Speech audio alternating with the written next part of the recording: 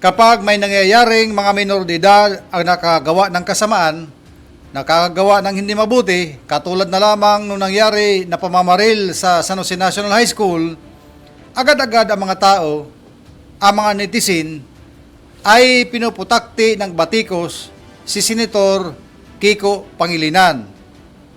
Kasi daw, siya ang maipasimuno, siya ang author ng batas na yan na Juvenile Justice Welfare Act na kung saan binabanggit doon na walang kulong, walang pananagutan ang mga minor de edad na nakagawa ng kasamaan. Kaya raw ay umabuso ng todo-todo ang mga bata dahil sa batas na yan. Yan lagi ang nagiging reaksyon ng mga tao. Pero ito naman ay pag-usapan natin para sa kaalaman na rin ng iba. Ang author ng batas na ito ay si Senator Francis Kiko Pangilinan. Pero ang nag-sponsor ng batas na yan ay si Senator Joker Arroyo. Maalala ninyo si Senator Joker Arroyo? Yan yung puting buhok. Magaling yan na senator. Siya ang nag-sponsor. At na-file ito sa Senado, sa Kongreso, noong July 7, 2004. Filed July 7, 2004. Sa paggawa ng batas na ito, dalawang house ang magkatuwang. Anong house ang sinasabi natin? Upper house, which is ang Senado, at ang lower house ay ang Kongreso. So, ang dalawang house na ito, Senado at Kongreso, ay may kanya-kanyang mga bill in support sa paggawa ng batas na ito. Doon sila nagtugma. Ang dalawang bill pinagtugma, pinag-isa, na itulak ang batas, kaya nagawa ang batas na ito. Senado at Kongreso. Sino-sino ang mga sponsor dyan? Ito. Kita mo? Hindi lang nag-iisa si Senator Kiko Pangilinan. Ito yung mga sponsor na kasama niya na nanhinguto, naghimay doon sa panukala para siya ay maging isang ganap na batas. Sino sila? Senator Jambi Madrigal, si Senator Manuel Villar, itong tatay ito, Manny Villar. Si Senator Franklin Drilon, andyan pa yan, buhay na buhay, si Senator Franklin Drilon. Si Senator Aquilino Pimentel Jr.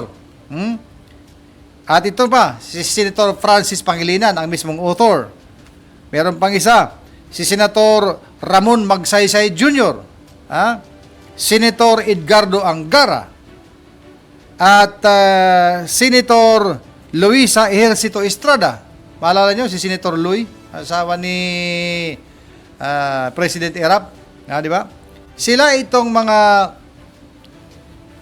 kasama na gumawa ng batas.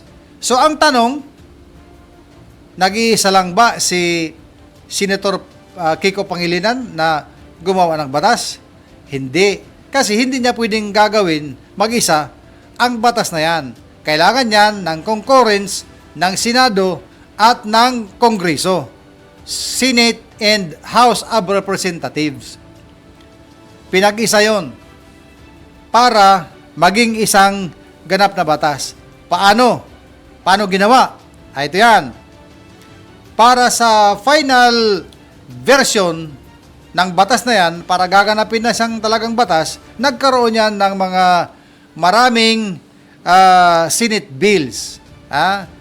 Nagkaroon na rin ng marami na mga House bills. At pagkatapos na yun, nagkaroon ng maraming committee deliberations. Dumaan sa committee, talagang hinashasan ang batas na yan. Maraming committee hearings ang nangyari. Talagang dumadaan sa butas ng karayom ang batas na yan para pinuhin lahat na siguruhin na tama ang magagawang batas. Pagkatapos ng mga committee hearings, ay nagkaroon naman ngayon ng bicameral conference. Pag sinabing bicameral conference, ay kasali na dyan ang Kongreso at ang Senado na nag-uusap para dyan sa paggagawa ng final version ng batas na yan na tinatawag ngayon na Pangilinan Law, batas ni Pangilinan. Kaya ganyan na ang naging takbo ng usapan ngayon na si Senator Kiko Pangilinan lagi ang sinisisi dahil daw sa paggawa ng batas na yan. Pero alam nyo, ang batas na ito ay pinirmahan ng Kongreso at ng Senado na ipapasa naman ito sa Malacanang para pirmahan ng Pangulo para maging batas. Marso 2026 nang ipasa ito ng Senado at ng Kongreso papuntang Malacanang para pirmahan ng Presidente at nang ito ay maging isang ganap ng batas. Kailan naman ito pinirmahan ni Pangulo? Ang Pangulo noon ay si President Gloria Macapagal Arroyo. Siya ang presidente sa mga panahong na yon. Kaya, noong April 18, 2006, pinirmahan ito ni President Gloria Macapagal Arroyo. Kaya ngayon, ito ay naging isang ganap na batas. In fairness kay Pangilinan at sa mga gumawa ng batas na yan, maganda itong batas. Nagkakaproblema lang sa pag-iintindi ng iba ang batas na ito. Dahil nga doon sa lagi nilang iniha-highlight na doon sa batas, walang pananagutan yung mga minor de edad. Hindi pwedeng magkukulong.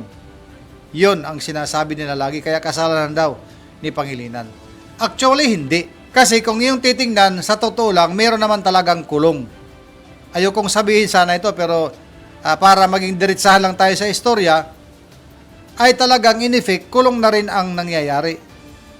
Kung ilalagay ka sa mga bahay pag-asa, ay hindi ka makakauwi ng basta-basta, hindi ka masyadong malaya na umuwi o lumabas. Kung ano ang gusto mong gawin, hindi ka malaya roon habang ikay nasa loob ng bahay pag-asa. Dahil nga, may pinatutupad na mga proseso na dapat mong sundan, dapat sundin para sa iyong pagbabago at ikay maituwid na tao. Para ikaw ay mabago. So in effect, ayaw tawagin ito ng gobyerno na kulong. Rehabilitation lang ang tawag. Para ka na rin nakakulong. Oo. Kaya lang, hindi itong usual na kulungan na ikaw ay nakahalo doon sa mga hardened criminals. Hindi yon. Mga bata ito eh. Nasa mga bata lang. Parang nasa bahay ka lang actually. Kaya nga bahay pag-asa. Parang nasa bahay ka lang. Napakaganda na actually ng batas. Kung gagawin lang ang part ng ating mga local government unit din. Kagaya na lamang ng ganyan na paglalagay ng bahay pag-asa. Yang nangyayari ngayon, pagka mayroong mga batang nagkakamali, tinatambak lahat sa DSWD. Pag dinampot ng pulis, siyempre ang pulis naman ay ganun talaga ang proseso, idadalhin sa DSWD. Ipapatawag yung magulang kung ano nung mga ginagawa doon. After sometimes, lalabas din. Balik din sa kalsada, balik na naman sa dating gawi. Kasi nga, wala tayong facility. Pero kung gagawin ng mga facility na yan at talagang seryosohin na may reforma itong mga batang ito, malaking pakinabang ang batas na ito. Ang batas ay batas at yan ang dapat ang sundan, yan ang dapat sundin ngayon kung ano ang mga sinasaad sa batas na yan.